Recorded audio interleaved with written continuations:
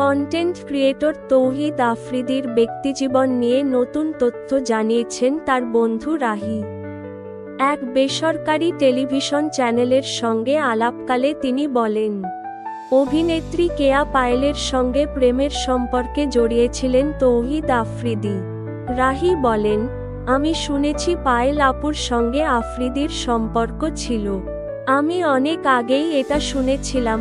এর আগে আফ্রিদির সঙ্গে অভিনেত্রী দিঘির ঘনিষ্ঠতার গুঞ্জন শোনা গেলেও তিনি বিষয়টি বারবার বন্ধুত্ব বলে উড়িয়ে দেন।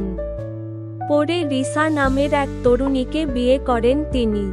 গত বছরের নভেম্বরে বিয়ে করা এই দম্পতির ঘরে সন্তান আসতে চলেছে বলে জানা গেছে। সম্প্রতি ছড়িয়ে পড়া একটি ভিডিওতে আটক অবস্থায় আফ্রিদিকে বলতে শোনা যায়, তার স্ত্রী অন্তঃসত্ত্বা। অন্যদিকে রাজনৈতিক মামলায় জড়িয়ে পড়েছেন এই আলোচিত কন্টেন্ট ক্রিয়েটর। পুলিশ তৌহিদ আফ্রিদিকে গ্রেপ্তার করেছে।